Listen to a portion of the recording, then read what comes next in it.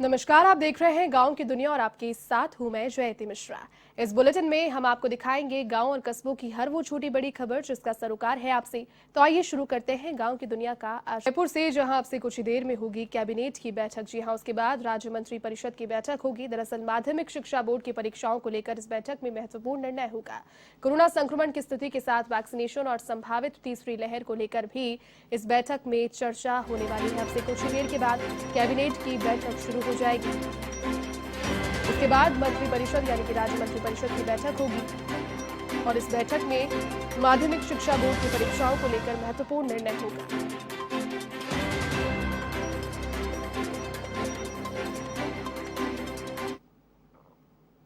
सीकर जिले के रिंगस में राजकीय सामुदायिक स्वास्थ्य केंद्र में ऑक्सीजन प्लांट का शिलान्यास किया गया। प्लांट का शिलान्यास खंडेला विधायक महादेव सिंह खंडेला ने किया।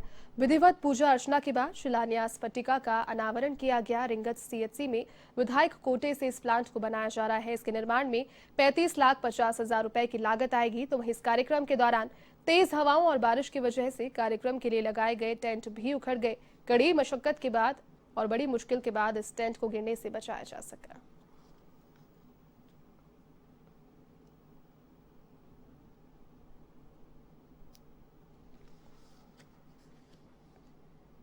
कोरोना के प्रति लोगों को जागरूक करने के लिए अतिरिक्त मुख्य न्यायिक मजिस्ट्रेट देवेंद्र सिंह पवार प्रतापगढ़ के छोटी सादड़ी पैदल पहुंचे, जहां उन्होंने आम जनता से समझाइश की, साथ ही सभी को मास्क लगाने के लिए प्रेरित किया। उन्होंने कहा कि मास्क के बिना घर से कोई बाहर ना निकले। मास्क के प्रयोग से परिवार को भी महामारी की चपेट में आने से बचा सकते हैं। इस दौरान एसीजेएम पीए रोहित शर्मा, हेमंत कुमार मीणा, एएसआई मांगीलाल भी उपस्थित रहे।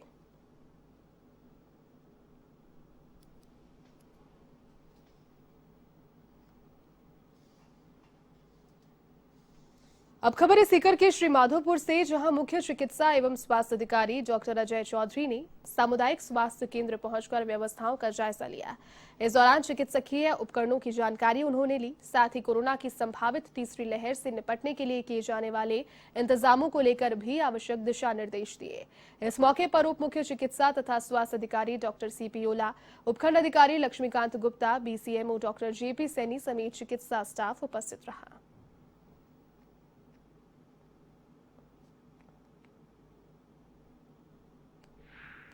जिस भांति हमने पीछे एक अनुभव लिया, उसके लिए सबक लेते हुए आगे कुछ परेशानियां नहीं आए, उसके लिए यहाँ के एसडीएम साहब और सीएचसी इंचार्ज और बीसीएमओ साहब के नेतृत्व में श्रीमाधोपुर सीएचसी में भी एक 5 बेड का जो कोविड केयर सेंटर है वो स्टार्ट किया गया है। और खास तौर से इसलिए भी उल्लेखनीय है कि सारी जो चीज़ें आई है यहाँ पे, जो सामग्री चाहिए इसके लिए, इक्विपमेंट उपकरण आदि चाहिए, वो सभी चीज़ें जो है भामाशाहों के सहयोग से प्राप्त।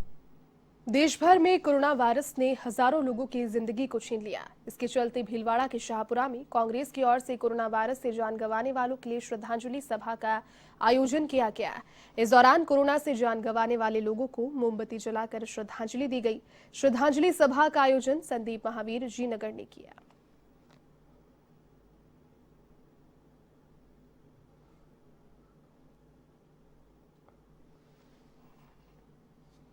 नागौर के परबतसर में रॉयल सैनिक स्कूल की अनूठी पहल सामने आई। यहां पर स्कूल की ओर से कोरोना की वजह से निराश्रित हुए बच्चों को गोद लेने की मुहिम शुरू की गई। स्कूल के निदेशक दिपाल सिंह रुलावता ने बताया कि कोरोना की वजह से अनेक लोगों की मौत हो गई और कई बच्चों के सर से माता पिता का साया भी उठ गया।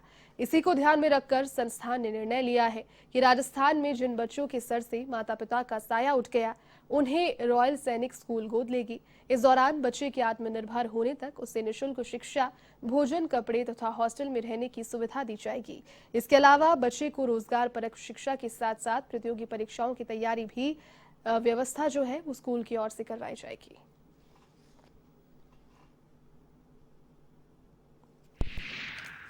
कोरोना काल में जिन बच्चों के माता पिता अब नहीं रहे हैं, उन बच्चों को रॉयल सैनिक स्कूल गोद लेगा।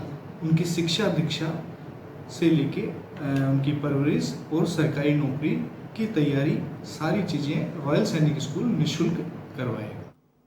अलवर के बानसूर से कांग्रेस विधायक शकुंतला रावत ने तेल के बढ़ते दामों और महंगाई को लेकर केंद्र सरकार पर निशाना साधा है।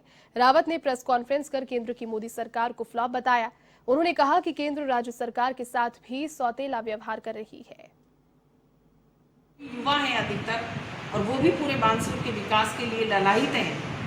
कोरोना काल जो एक बहुत संकट की घड़ी है, कोरोना महामारी है, जो कि पूरी एक वैश्विक महामारी है, ऐसे समय में बानसूर क्षेत्र में और अध्यक्ष महोदया नीता जी, हम किसी तरीके की कोई कमी नहीं छोड़ेंगे। बानसूर के अस्पताल हो, चाहे नारायणपुर ब्लॉक का अस्पताल हो, चाहे सारी पीएससी हो, सीएससी हो, हमने सभी पे मैं रोज़ाना बात करके उनकी एक एक काम की जानकारी लेते हैं, कितने मरीज आए, कितना क्या हुआ सारी। और अब बानसूर में ऑक्सीजन की लाइन, नारायणपुर के लिए भी सिलेंडर्स की व्यवस्था हो, बाईपैप की व्यवस्था हो, ऑक्सीजन कंसंट्रेटर हो, और सबसे बड़ी बात है कि ऑक्सीजन प्लांट, अगर यहाँ नगर पालिका नहीं होती तो हमें वो ऑक्सीजन प्लांट नहीं मिलता। तो वहीं कामा विधायक मेवात क्षेत्र के दौरे पर रही, जिसके चलते कांग्रेस कार्यकर्ताओं से क्षेत्र का फीडबैक उन्होंने लिया। साथ ही में कार्यकर्ताओं के द्वारा विधायक जाहिदा खान को क्षेत्र की समस्याओं से भी अवगत कराया गया, जिस पर कामा विधायक जाहिदा खान ने उच्च अधिकारियों से वार्ता कर जल्द ही समस्याओं के समाधान का आश्वासन दिया। विधायक जाहिदा खान ने क्षेत्र के लोगों से मास्क पहनने व सोशल डिस्टेंसिंग की पालना करने की भी अपील की।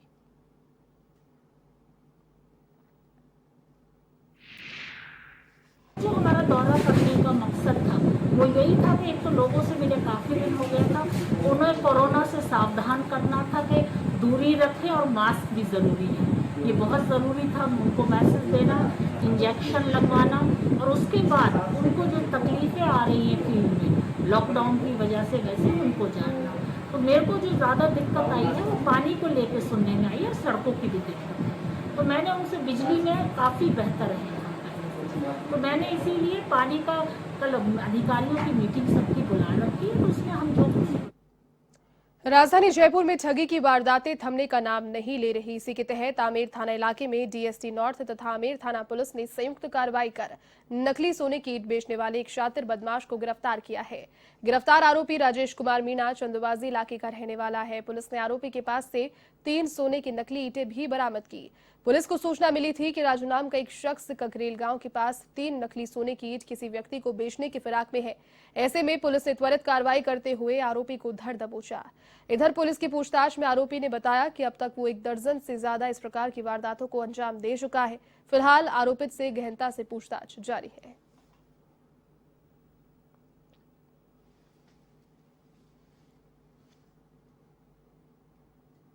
जयपुर के विश्वकर्मा थाना इलाके में जयपुरिस्ट की डीएसटी टीम और विश्वकर्मा थाना पुलिस ने दबिश देकर अवैध रूप से गांजा बेच रहे 2 लोगों को गिरफ्तार किया है।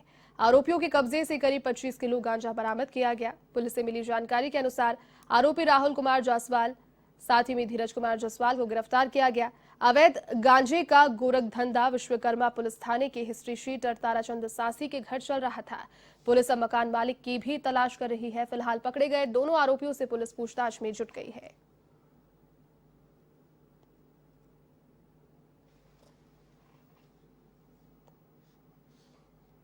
अब खबर है जोधपुर के बाप इलाके से, जहां ग्रामीण पुलिस और स्पेशल टीम ने एक बड़ी कार्रवाई करते हुए 24 क्विंटल 55.5 किलो अवैध डोडापोस्त से भरे ट्रेलर को जब्त कर एक आरोपी को भी धर दबोचा, जो कि झारखंड से तस्करी के लिए डोडापोस्त ला रहा था। पुलिस के अनुसार जब्त माल की अनुमानित कीमत करीब 2 करोड़ रुपए बताई जा रही है। ऐसे में पुलिस पूरे मामले की जांच में फिलहाल जुट गई है।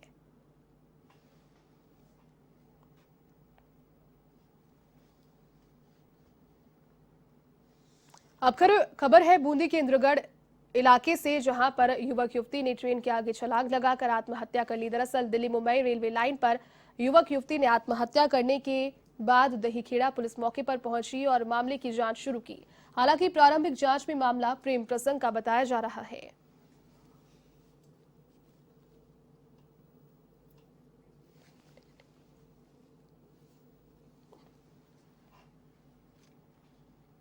अब खबर दौसा के बांदीकुई से, जहां फर्जी एसीबी की टीम के खिलाफ पुलिस ने एक और बड़ी कार्रवाई की। दरअसल मामले में 2 और आरोपियों को पुलिस ने गिरफ्तार कर लिया है।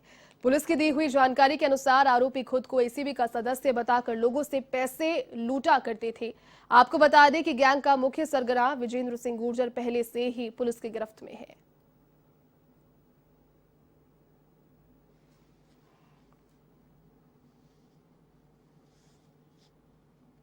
तो वहीं दौसा जिले के बांदीकुई में महिला का अश्लील वीडियो बनाकर उसे वायरल करने साथ ही में दुष्कर्म मामले में पुलिस ने एक आरोपी को गिरफ्तार कर लिया है। मामले में पीड़िता की ओर से बसवा थाने में रिपोर्ट दर्ज कराई गई थी।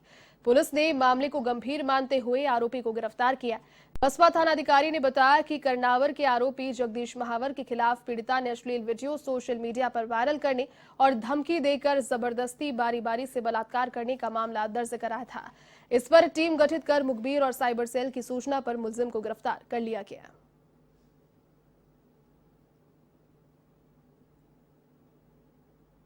धौलपुर की कंचनपुर थाना पुलिस ने रामेश्वर हत्याकांड के मुख्य आरोपी को बसेड़ी के एकटा गांव से गिरफ्तार कर लिया है। आरोपी ने अपने ही गैंग के साथ अब्दुलपुर निवासी रामेश्वर जाटव की पीट कर हत्या कर दी और वारदात के बाद से ही आरोपी फरार चल रहा था। फिलहाल पुलिस आरोपी से गहनता से पूछताछ कर रही है।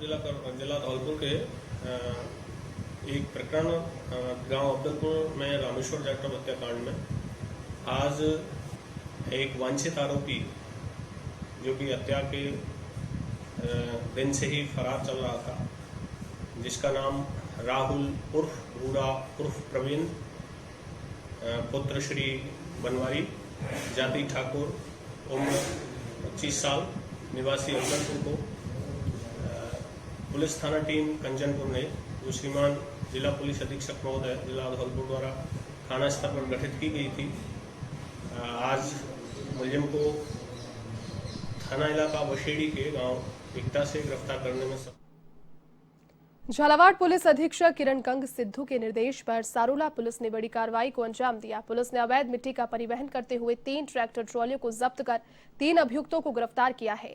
सारोला थाना प्रभारी रघुवीर सिंह ने जानकारी देते हुए बताया कि मुखबिर की सूचना पर धनुदागला गांव में पुलिस ने इस कार्रवाई को अंजाम दिया। साथ ही जेसीबी चालक इस दौरान मौके से फरार होने में कामयाब रहा, उसकी भी तलाश जारी है।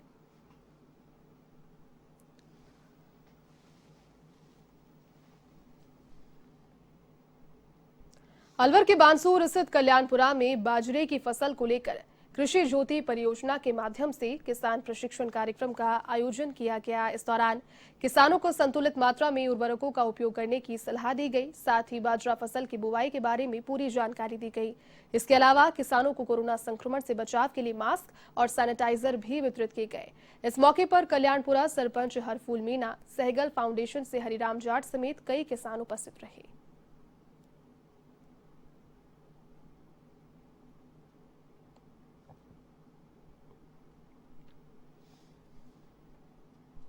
अब खबर बांदीकुई से है, जहां ग्राम गुल्लाना में पानी की आपूर्ति नहीं होने की वजह से ग्रामीणों ने उपजिला कलेक्टर के नाम तहसीलदार को एक ज्ञापन सौंपा। इस ज्ञापन में जिक्र किया गया कि गांव गुल्लाना के लिए 2 बोरवेल चालू किए गए हैं, जिसमें पानी पर्याप्त नहीं है, लेकिन जलदाय विभाग के कर्मचारी अधिकारियों को बार बार अवगत कराने के बाद भी आज तक कोई सुनवाई नहीं हुई।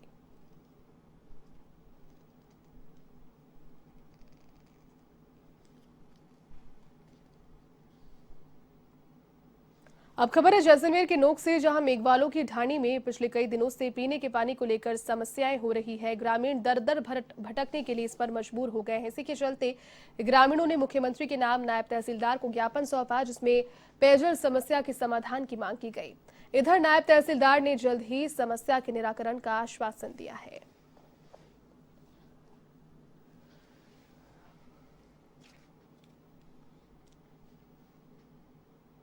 तो वहीं अजमेर जिले की पीसांगन उपखंड मुख्यालय समेत देहात में बुधवार को अचानक से ही मौसम ने पलटी खाई। यहां पर तेज अंधड़ के बाद तूफानी हवाओं के साथ 30 से 35 मिनट तक मेघ जमकर बरसे। उपखंड मुख्यालय पीसांगन समेत देहात के फतेहपुरा, सेठन, रामपुरा, डाबला, गोविंदगढ़ समेत उपखंड आज क्षेत्रों में आसमान में बादलों ने डेरा जमाना शुरू कर दिया और देखते ही देखते पहले तेज अंधड़ शुरू हुआ, जिससे कई स्थानों पर 3 टप्पर उड़कर गिर गए। इसके बाद तूफानी हवाओं के साथ गर्जना के साथ तेज झमाझम बारिश होने लगी और मौसम सुहाना हो गया। गर्मी से त्रस्त लोगों को तापमान कम होने से राहत मिली। साथ ही उपखंड की सरहद के लगते नागौर जिले के लाडपुरा में करीब 10 से 5 मिनट तक तूफानी बरसात के साथ कंचे के आकार के ओले भी गिरे।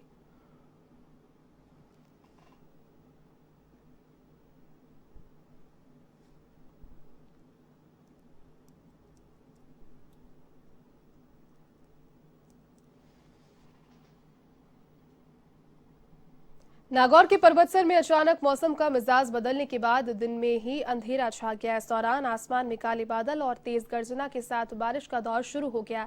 उसके बाद बहुत देर तक बूंदाबांदी का दौर भी जारी रहा। तो वहीं तेज बारिश से कई नदी नाले उफान पर आ गए और भीषण गर्मी के बीच मौसम सुहाना होने लगा।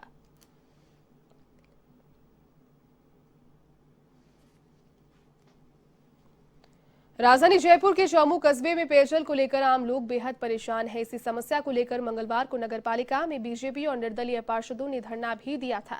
एसडीएम के आश्वासन के बाद पार्षदों ने धरना समाप्त किया। तो वहीं पेयजल समस्या निवारण के लिए एसडीएम ने बैठक बुलाई। इस बैठक में नगरपालिका और जलदाय विभाग के अधिकारी उपस्थित रहे। इसके अलावा भाजपा विधायक रामलाल शर्मा भी बैठक में पहुंचे, लेकिन नगरपालिका चेयरमैन विष्णु सैनी सूचना के बावजूद भी बैठक में नहीं पहुंचे। जब संबंध में जानकारी ली गई तो पता लगा कि वो पूर्व विधायक भगवान सहनी के जन्मदिन के कार्यक्रम में व्यस्त है। बैठक में एसडीएम ने नगरपालिका के अधिकारियों को शहर के प्रत्येक वार्ड में पानी की टंकी रखने और टैंकर से पानी भरवाने के निर्देश दिए। इधर जिन ग्राम पंचायतों से शहर में पानी की व्यवस्था की जा रही है, उन ग्राम पंचायतों में जल संरक्षण और वृक्षारोपण की जिम्मेदारी भी नगरपालिका को दी गई है।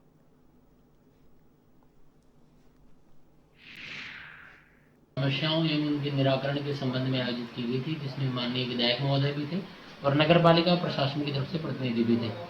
इस मीटिंग में कुछ मुद्दों पर चर्चा की गई। उनमें से मुख्य यह था कि जिन ग्राम पंचायतों से नगरपालिका क्षेत्र को पेयजल की आपूर्ति की जा रही है, उन ग्राम पंचायतों में आसपास के क्षेत्रों के लिए जल संरक्षण की गतिविधियां और साथ ही कुछ वृक्षारोपण करने के लिए पौधे नगरपालिका जल्द ही पहुंचाए। अब खबर जैसलमेर के नाचना क्षेत्र से है, जहां मुख्य नहर 1220 आरडी पर अज्ञात वृद्ध का शव मिलने से सनसनी फैल गई। सूचना पर पहुंची पुलिस ने शव को अपने कब्जे में लेकर शव की शिनाख्त नेताराम चौधरी के रूप में की, जो कि मजदूरी का कार्य करता था। पुलिस ने शव का पोस्टमार्टम कराकर परिजनों को सुपुर्द कर दिया है। साथ ही मामले में जांच प्रारंभ कर दी है।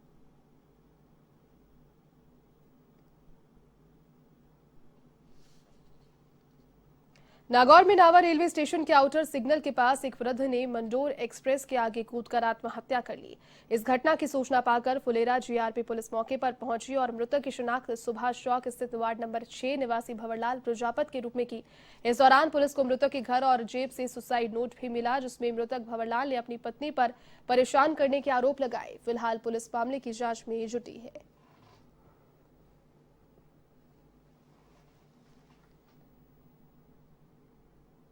तो वहीं राजसमंद के कुमारिया में कन्या महाविद्यालय की घोषणा के बाद क्षेत्र में बालिकाओं में खासा उत्साह है। आपको बता दें कि विधायक किरण माहेश्वरी कन्या महाविद्यालय की घोषणा के साथ ही ग्रामीणों ने मुख्यमंत्री अशोक गहलोत और शिक्षा विभाग के मंत्री का आभार जाहिर किया। सरपंच ललित श्रीमाली ने बताया कि किरण माहेश्वरी कन्या महाविद्यालय जुलाई माह में शुरू होने जा रहा है। इसको लेकर स्कूल परिसर में एसएमसी सदस्यों की बैठक संस्था प्रधान सत्यदेव शर्मा की अध्यक्षता में आयोजित हुई, जिसमें कन्या महाविद्यालय के लिए अस्थायी रूप से 5 कक्षा आवंटित किए गए।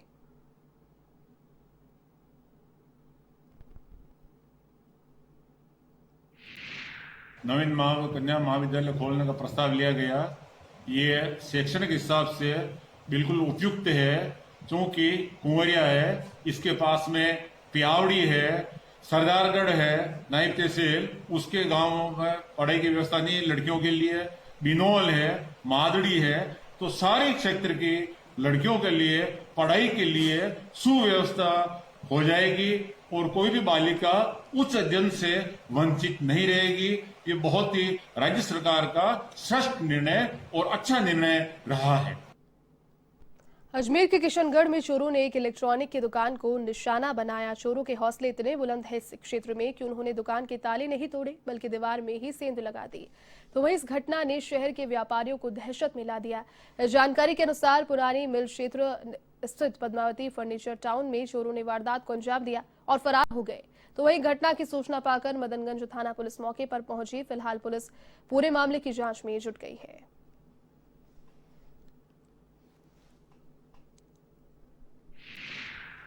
जैसे मैंने सुबह शटर ऑन करा तो मेरे को इस साइड की मेरी सारी ताकें खाली मिली। फिर मैंने लाइट ऑन करी तो सारी लाइटें भी सब गायब।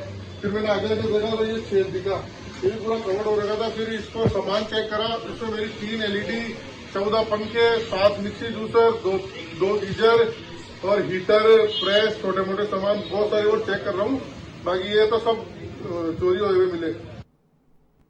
अब खबर अजमेर के मसूदा से है, जहां श्री प्राज्ञ जैन युवा मंडल ने उपखंड अधिकारी को प्रधानमंत्री के नाम ज्ञापन सौंपा, जिसमें अनूप मंडल के सदस्यों पर जैन धर्म के खिलाफ गतिविधियों का आरोप लगाकर जांच की मांग की। साथ ही आरोपी पर कठोर कार्रवाई करने की मांग की। इस दौरान मंडल के पदाधिकारी और अन्य सदस्य भी उपस्थित रहे।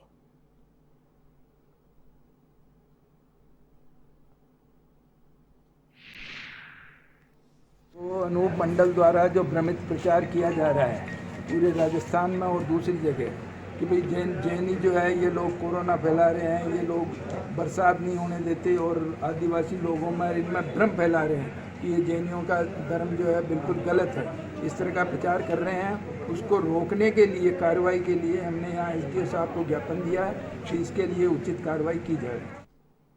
चलिए, गांव की दुनिया के आज के सफर में फिलहाल के लिए बस इतना ही। देश और दुनिया की तमाम बड़ी खबरों को देखने के लिए आप देखते रहिए A1 TV। नमस्कार।